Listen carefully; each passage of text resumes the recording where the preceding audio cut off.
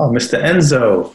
Big shout out to Enzo. It's been a while, my man. How you doing? If you don't mind, when you get a chance, just put your kids' ages and one or two questions or concerns in the chat. So we got two boys, 5 and 9.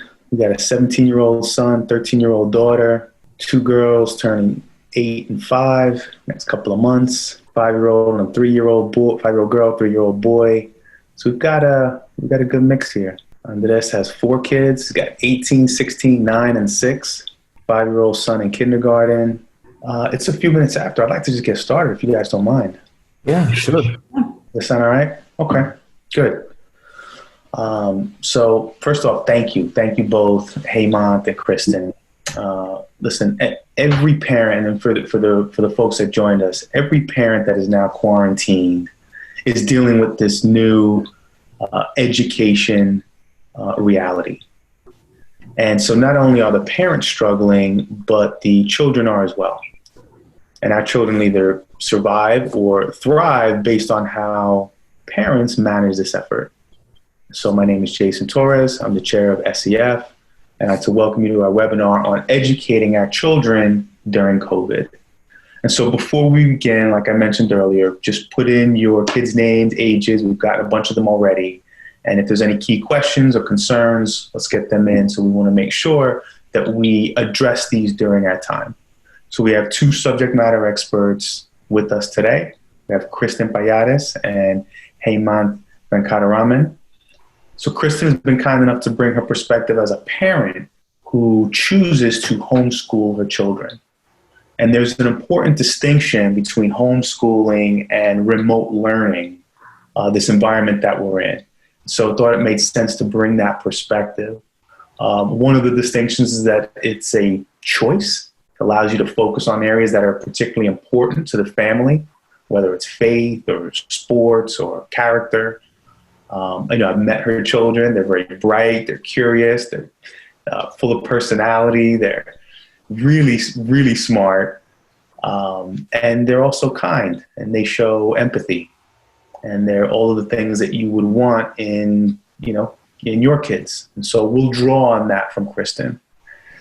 Hemant, he's worked in education for over 20 years. He's been a middle school teacher. He's been a high school teacher in the New York City public school system. He's co-founded the Brooklyn Charter School. He served as a school leader. He's been a private tutor for standardized tests, GMAT, SATs. And he teaches meditation and mindfulness practices for children and adults. So we have the sort of, another very deep expertise and perspective. Our agenda is short. We're going to have a brief discussion. I have a few questions to really just dive right in, and then we'll open it up for Q&A. So with that, let's just get into it. Mm-hmm. So Kristen, and then Hemant, what really is expected of us as parents during this distance learning period? I'll let you answer first. I think it's an important place to start. I know a lot of people who are pretty stressed out right now as parents, and even my fellow educators. And so I think a former colleague of mine said it best.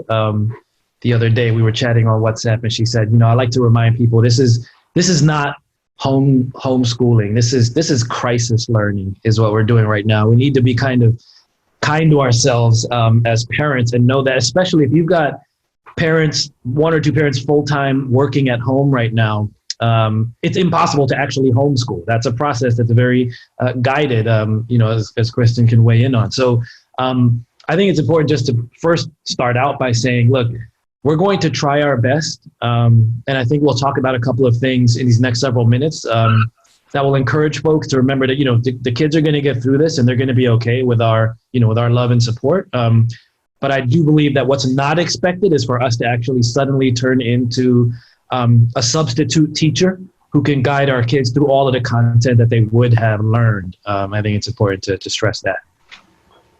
Yeah, I agree with exactly everything you said. It's very difficult for the teachers that have never done remote teaching before, for parents, like you said, that are working full time to all of a sudden have to teach their kids. But it's important to know too that it doesn't take, you drop your kids off at school at 8 or whatever and pick them up at 3, 4. Your school day isn't that long anyway. So the kids can get their work done in a shorter period of time as well. And like you said, a lot of grace needs to be given.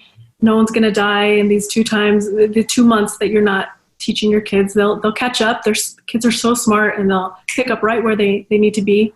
So just a lot of grace and just patience. And even calling it crisis learning. I mean, telling your kids like this is crisis learning, that puts a lot of pressure on them too. I mean, it's a lot. So yeah. Okay. What are some strategies that you use to help students cope with the stress and anxiety during this crisis learning and this strange time?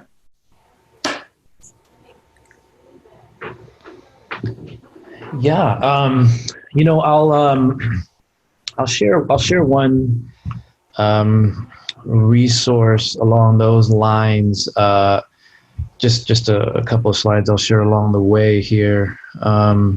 Let me see if this works. A couple of things that come to mind for me, and some folks, some of the brothers might have seen me post on this topic, one that I'm pretty passionate about in the past couple of weeks on our Facebook groups and things like that. We'll talk about routines, I think, in the next few minutes. And I think that it's important as we design routines and try to enforce routines with our children to make sure that there's some space for pause, perhaps for silence, some kind of mindful activity. In fact, the document that I posted to our LUL Facebook groups are now on my blog.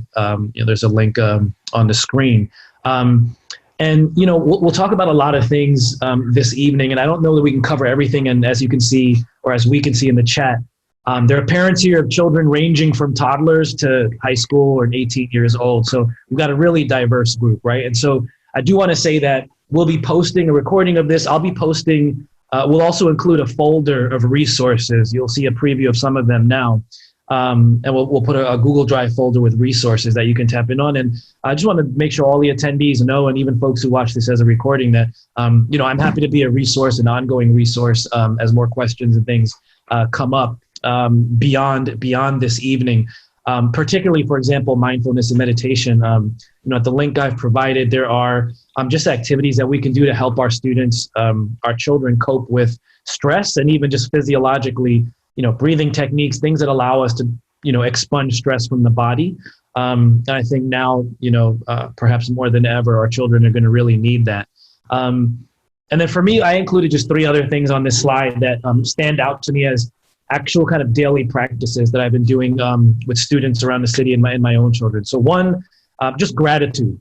I'm a kind of a brain science nerd when it comes to all this stuff. And so there's a lot of documentation that just taking a few minutes to jot down like 3 things that you're grateful for each day. That not only kind of feels good and disrupts that pattern of, the sky is falling, but science actually shows that the stress hormone cortisol actually can be reduced by up to like 23% just by taking a couple minutes each day and say what you're grateful for, right? And so I really encourage families to have a couple even check-in points over the course of a day, but at least that one point perhaps, and you can do this with kids as young as 2 and 3, and obviously up to your teenagers. Even amidst the chaos and our internet didn't work today, and this lesson was hard. What are 3 things we can just say we were grateful for today, no matter how big or small? Social connection is actually my area of specialty as a restorative justice practitioner and trainer. And so I gave one example website there, Greater Good in Action, which is made by UC Berkeley. But we as human beings, we need social connection to thrive. It improves our lifespan. It improves just our quality of life. In my area of expertise in restorative justice, it reduces incidents of misbehavior and crime and things like that. And so, yes, the obvious ones, just having chats with friends, video chats and things like that. But even there are practices on this Greater Good in Action site that allow us to even journal about a connection we feel with another person, things like that I think can really help young people cope with this time. And one other one I'll throw out there for now, and as I said, this is an ongoing conversation, is sometimes a best remedy for stress, which comes like a lot of anxiety comes from fear of like, what's going to happen in my future? They canceled my AP exam. So what's going to happen? Am I going to get into college? What's going to happen is my teeth. And so sometimes we just need to deflect and divert our attention from worrying about, these kind of circumstances that we're inventing in our minds. And one way to do that is just service, develop that compassion, that empathy, and perhaps do service on behalf of someone else. If it's safe, if you and your child can drop off something to a neighbor in need. And even if it's not that, sometimes it's just like, hey, who can we call today? Your auntie so-and-so in Long Island has not been feeling so good lately. Let's just call somebody and just cheer up their day, right? And even in the blog entry, you'll see a meditation, a guided meditation called a loving kindness meditation. That's just guided. It's about 8 minutes long. Could do it even every day. And really helps us just think about somebody else and offer them just our kind of positive energy and our care. Often even works best with someone you don't know. Like, I might just think about the hospital worker at the Brooklyn VA who's working right now while I'm here at home in my nice, comfortable home. Don't know their name, but just express that compassion. And so those are a few practices amongst the many that I think I've seen be useful for kids of all ages, quite frankly, in this time. Yeah, those are awesome. And we've been doing a lot of art, and a lot of the homeschool people that we know, we've been doing art to help cope. We're trying to figure out what our kids really like to do as their stress relief. Even reading aloud together as a family at night, doing things that you maybe not, that you wouldn't do normally, but now that you're home a little bit more, reading together is awesome. Taking walks with your kids if it's nice out. It's beautiful here in El Paso, so my husband and I have been trying to take turns with each kid and just spending time with each kid and just kind of talking about what's going on and just letting them share their heart with us and just talking through it and trying to make it not so scary. And look, we have this extra time with dad now, or I don't know, we're just trying to find the positive, like you said, even the gratitude that we have food and we have shelter and we're all healthy and everything's good.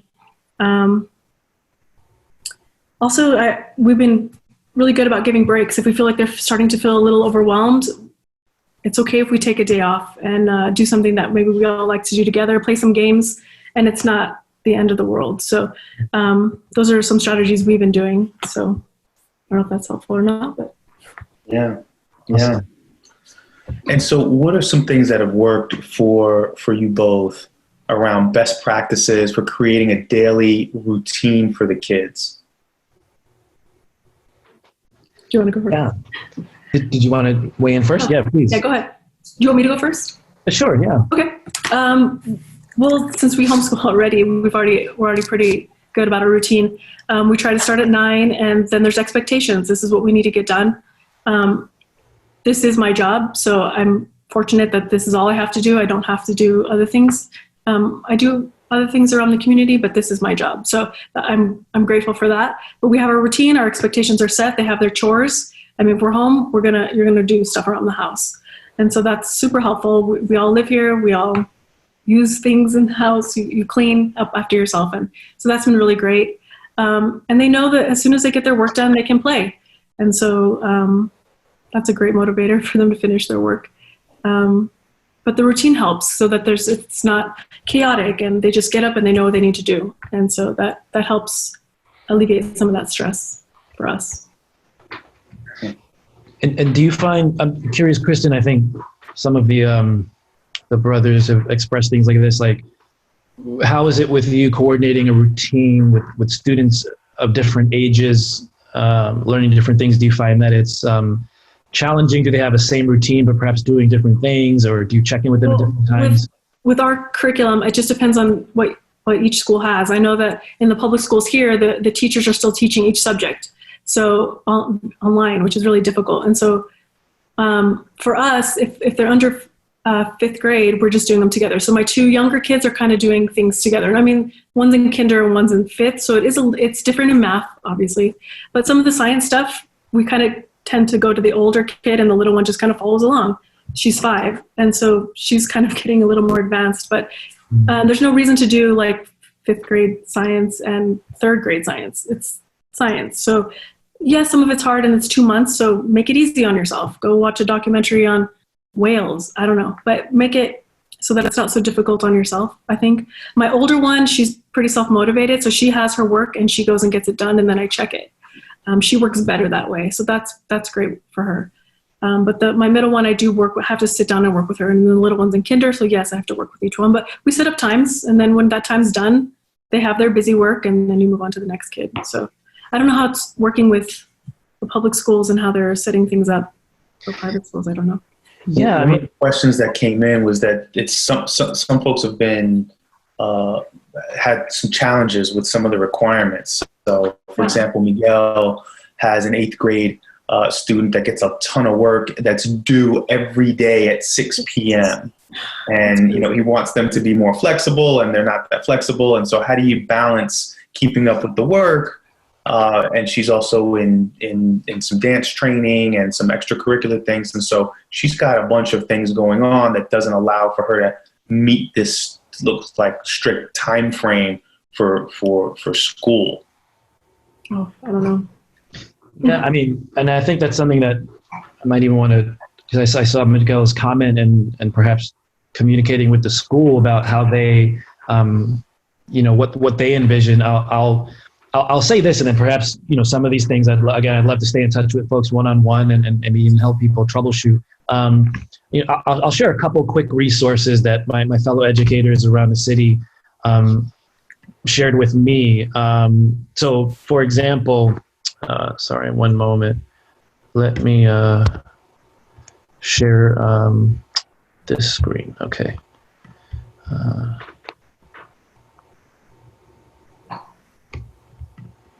Okay. So just a couple things to think about. I know we have children of a lot of different ages here. So here's some things that came to me. So one, I think it is important to create a routine and stick to it consistently. It's going to be tough to motivate our children if, every day it's kind of like on the fly and like, what are we going to do now, right? Some schools are providing that, some are not. I think it's really important to include lots of brain breaks, whether it's a mindfulness, whether it's relaxation. I can recommend even more sites. There's a Get Ready site, Get Ready for working, Get Ready for relaxing, chances for movement, just breaks, right? Depending also on your child's personal needs. What a lot of folks have found works well is allowing students to have a voice in creating or editing the schedule.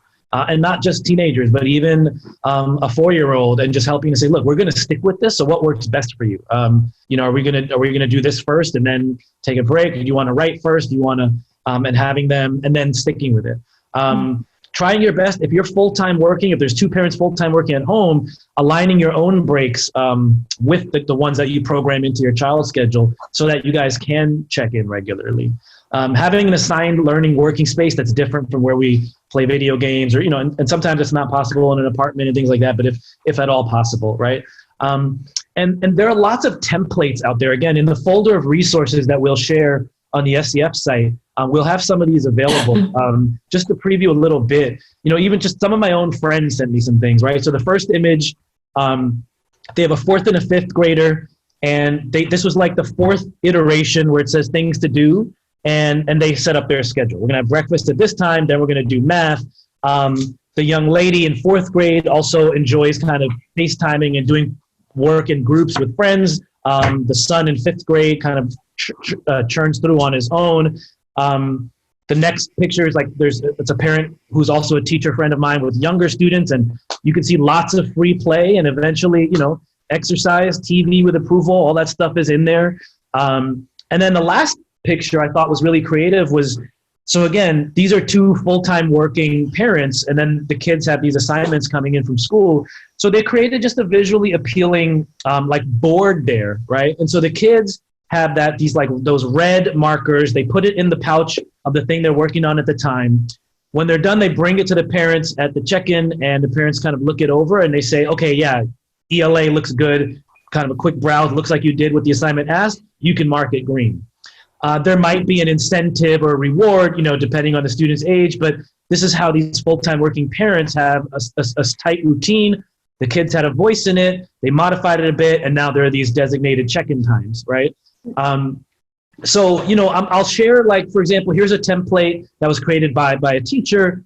You can tweak it. I'll share you a template so you can make something like this with your kids. I'll even share with you guys in that folder, a weekly template. Another friend of mine, I know, Dave was telling the folks on SEF how he has a really demanding schedule right now, and so it's really hard. So a friend with a similarly demanding schedule, they're on the weekends, they're really planning out the week. We'll talk a little bit about some resources, I think, momentarily, but they're really planning out what the students are going to do as far as reading, science experiments, math, and setting up the weekly schedule, say on Sunday, after dinner, and the kids know kind of what's to come up and what's expected of them and what, mom and or dad are going to be checking for on these different days, right?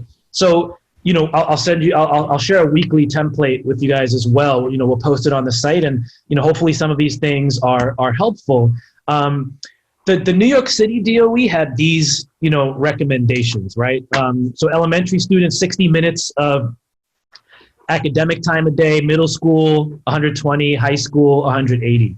I think this is totally just kind of a baseline just to get a sense, but very customizable. But I think it's good to keep in mind because we imagine, I think Kristen said it well at the start, we imagine our students at school for like 8 hours, sometimes 10 hours a day. And so my buddy said, I was sitting down with my 7-year-old daughter the other day, and I had 2 hours before I had a work conference call. So I figured out I'd crank some math out with her.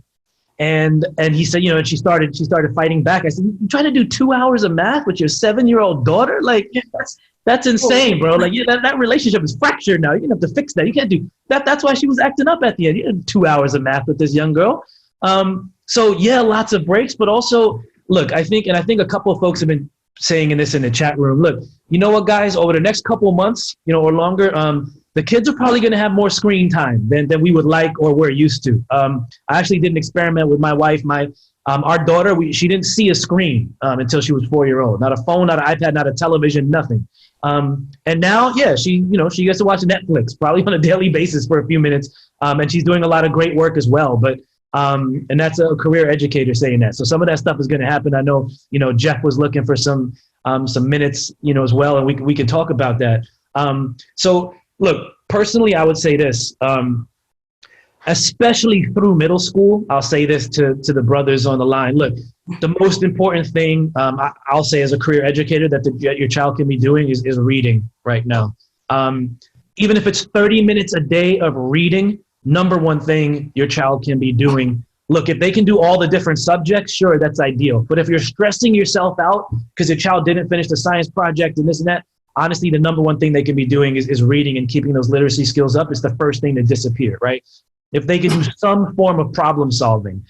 Your school might be giving math worksheets. They might be getting bored of that. Look, Khan Academy is pretty dope right now. First of all, Khan Academy has their own routine that you can follow. They have an elementary school, middle school, high school, and then each block has a link to their own courses, right? For me, I'm a computer science nerd. I think problem solving doesn't only have to come in the form of math. It could be a coding. And there's a lot of sites that are offering free coding from code.org and lessons right now for any age and any ability. I think that's a great way. I think your kids will be really into it. They can program video games, all of that thing, and develop their problem solving skills. I think we have to make sure, as the slide suggests, that there's room for movement and exercise. Artistic expression. I'm talking to two brothers. I was talking to Kevin Lopez. I think he's on the webinar tonight. Kevin Lopez teaches film, but he showed me an article that he was featured in the Daily News that was showing how kids from art and design high school are making sure to stay in touch with their artistic side, right? So on the screen, we have a couple of ways that students were expressing what's on their mind right now during this time of COVID school closures. Kevin had coached some students to make films just about what they're seeing and what they're appreciating and experiencing over a 48-hour period. Another young brother, I don't know if he's on the webinar, Candido Crespo, had shared with us a PDF of just all different ways to engage with art. And my kids use it. There's an author and illustrator named Grace Lynn on YouTube, and she, my daughter and I were drawing a dragon the other day with that resource, and we can share that as well, right? We already talked about some opportunities for mental health and stress management. I think that's super important. And I think, Kristen, you commented on this, and my friend said the same thing. Look, some days we're a little sluggish. We're not doing as much math and reading, but my daughter's helping me, with household activities, and we cook together. My other buddy, they built a tree house, honestly, in his backyard, and that was their weekly project, out in the burbs. And so I think these are all different ways to consider how you're going to design your children's routines. And as I said, we'll provide some suggestions and templates in a shared folder. But fellas, just keep in mind, most teachers had covered 70% of the year's material before the closure. And every teacher I know understands that when we come back in the fall, they're going to be doing a lot of catch-up, remediation. They do not expect these next couple months to go perfectly. So please don't put undue pressure on yourselves. And brothers, we can check in individually. Look, I know there's certain high schools that are grading things, and to Miguel's point, they have to submit things, and others where it's a little more flexible, so we can certainly check in. But I just wanted to make the point in the second bullet here, guys. The students are going to remember these daily check-ins, the family talks, gratitude sessions, video conferences with your family members, way more than they're going to remember the schoolwork over these next 2 months. And so let's make sure to make that a priority every day, because that's going to make a really big difference in terms of our young people's character, the stress levels, and just their experience during this time. So I'll pause there as far as routines go. Yeah, that's really helpful. Yeah, that was great. So as parents and folks that are really getting worried and anxious about their children's learning, what are frameworks, or how should we think about what's okay to what sort of must be included? Sounds like you said reading every day, and then what's okay to leave out, put it off to the next day, or maybe doing it in a different way.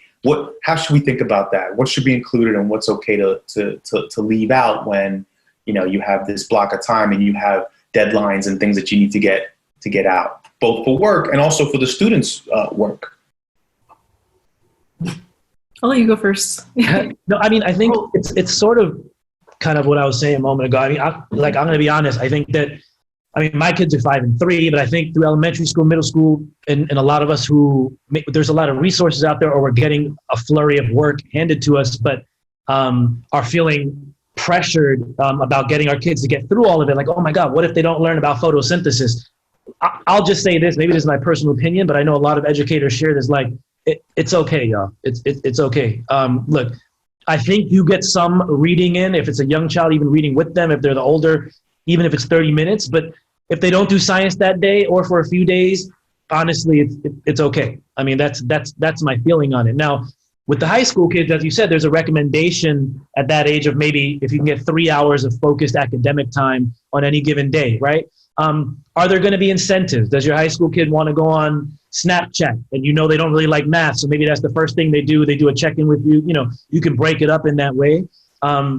But yeah, Jay, I honestly think that it's okay if you don't get to all the content. If there's a day where they just get some exercise, do some yoga, read a novel, and then tell you about it and draw their favorite picture or a scene from it, and that's the day, and then maybe, video conference with grandma to help you make dinner, that's a beautiful day right there. Maybe the next day they do more math, maybe the next day they have a tantrum and it's like, we're going to take today off, honestly, you're going to watch Netflix. Look, that's realistic, and a lot of teachers, professional educators who have been doing this for 20, 30 years are having the same experience with their kids. So I think, honestly, I just want to make sure that's conveyed to our brothers right now as well. Yeah, I agree. And even for my kids, if they read a little extra, they can get a little extra screen time. So you can do little motivations like that to get them to read a little bit more. But you're right about the reading.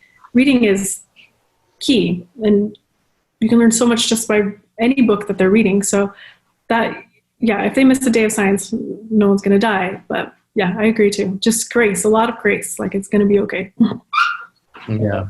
Good. All right, so let's jump to resources, and then we'll finish up with some Q&A that folks have. So maybe Hemant, do you want to take us through some? I'll be real quick with this. I started, and I'll put something more comprehensive, but I'll just share this one slide. I started assembling something and then realized, here we go, that and I'm curious how brothers are feeling. I haven't looked through the chat box yet, but I see a lot of stuff coming in. So I look forward to seeing what kind of things people are posting. But there's so many resources. Even as a professional teacher, like I feel overwhelmed. But I'll say this: that first link, I wonder how many folks have seen it. It's this constantly updated spreadsheet with like thousands of resources that you can filter by age group and by subject, of just all these free resources that have popped up, especially in the time of school closings, right? I mentioned code.org. There's like 4 other coding sites out there. There's art sites. There's, reading. And so other than that, on this slide, I posted a few of my favorites and would love to make this interactive. I think I saw John Perez posting a couple that he's used with his kids. So, hermanos, feel free to, this is very interactive. I'm certainly not an expert at this, and I don't know that anybody can be an expert at supporting our kids during a pandemic, but I just listed a few of my favorites on this slide that I've worked with my young kids and even some of the older kids that I've been supporting. ABC Mouse is often, they have awesome, honestly, just that could even be sufficient for a lot of our kids up through 2nd grade. And they're offering free trial right now. Brain Pop is good at least through middle school, and Brain Pop Junior, and they're offering free access. Go Noodle, tons of movement, dance, yoga. Kids will love it. Storyline Online, celebrities are reading stories, but here's the thing: they have professional caliber lesson plans to go with it. So sometimes the first half of my day, we watched Oprah read a story to my kids about a girl in Harlem who loves hula hooping. And then there was all these things in a lesson plan. We drew a picture, we learned a moral of the story, we did hula hooping ourselves, and that was half the day, right? Audible we're familiar with, but stories.audible.com is free right now. And so you can listen to just unlimited stories that are Audible for free there. Tons of yoga and mindfulness stuff out there. This is a passion of mine. Again, we can continue to talk offline, but Cosmic Kids Yoga is a pretty popular one. My kids have loved it. There's Spider-Man yoga. There's Frozen yoga. I did 30 minutes of Frozen yoga with my daughter the other day, which she would otherwise never do 30 minutes straight of yoga. It was actually quite rigorous. New York Roadrunners for my New Yorkers out there. That's what the Active at Home is. All these awesome exercises, games, movement that you can do with kids, because you got to break up the day that way. I'm really impressed by PBS. Amazing interactive lesson I did on the life cycle of a butterfly with my daughter the other day. Totally free. Everything on this slide right now is free. Education.com is free to an extent. Teacherspayteachers.com is super cool. A lot of us teachers use it. It gives teachers a chance to post resources that they've made and get paid for them, but tons of free resources on there, guys, for everything K through 12. Check that site. Tons of free and interactive stuff. And, I already shouted out Khan Academy, but, they've been doing a great job for years. And as I said, you can even tap into their routine. It's there for you. And click on, okay, 5th grade routine, math. Here's a math lesson we could do today. 8th grade, okay, algebra. And as you know, all the lessons and the courses, computer science, coding, everything is there laid out for you, right? So those are a few I'll shout out. Hopefully some brothers are shouting out some others in perhaps the chat box that they think have been working great for their kids, and we can take note of those. And again, make this stuff available in a shared folder after the webinar. Yeah. Brain Pop got a shout out, and Cosmic Kids got a shout out, and then we just had a shout out from Los, who showed a where is it? He just gave a where'd it go? Yeah. Anyway, he gave a resource for college visits. So uvisit.com, the virtual campus tours as kids as they start to ascend, look at colleges. Kristen, did you do you have any resources or things that we should be thinking? Actually, a lot of the ones that he posted are the ones that I have as well that I love. I love the teachers one. That one's great. If I'm going out of town or something, I get those for the kids and they love them. Something different. But yeah, those are great resources. Great. Nice. Awesome. All right. So Q&A, gents, we have a couple questions here, some of which have been answered. We started to touch upon screen time. So, Jeff has a 5 and a 9-year-old. How much time is too much time for screen time? Yeah, again, I know I didn't give the most scientific answer, and I don't have memorized. We could probably Google recommendations, but honestly, I think it's okay to break the rules a little bit, Jeff, and others over these next couple months. I know my kids are going to be experiencing more screen time than typical over these next couple months. So I don't have an exact number, for you off the top of my head. But I know that we're pretty protective of screen time, just especially, I'm traumatized as a New York City classroom teacher because all bullying starts on Facebook or Snapchat or whatever. So I wanted to hold off on my kids' exposure to that stuff. But but they're watching. And, there's so much educational, screen time out there now, from Brain Pop to stuff on, and, you can have them then share a lesson they learn, draw a picture, act it out. And so I'm okay with that now, but I don't have a particular quantity on my end. Yeah, I agree with that. And just again, with the grace, like, it's going to be okay if you let them watch a little bit extra. No one's going to die. It's going to be okay. And don't put that pressure on yourself. Like, oh my gosh, they watched 5 hours today instead of the 30 minutes, and it's okay. If you needed that break too, as parents, sometimes it's a little quieter in my house when kids are on screens. So I'll be like, it's okay. You need a little extra time. And again, like, they'll work for extra screen time as well. So right. If you read a little bit use more. It as an incentive. Yeah. If they want to do some extra chores in the house, they can get some extra screen time. I like that.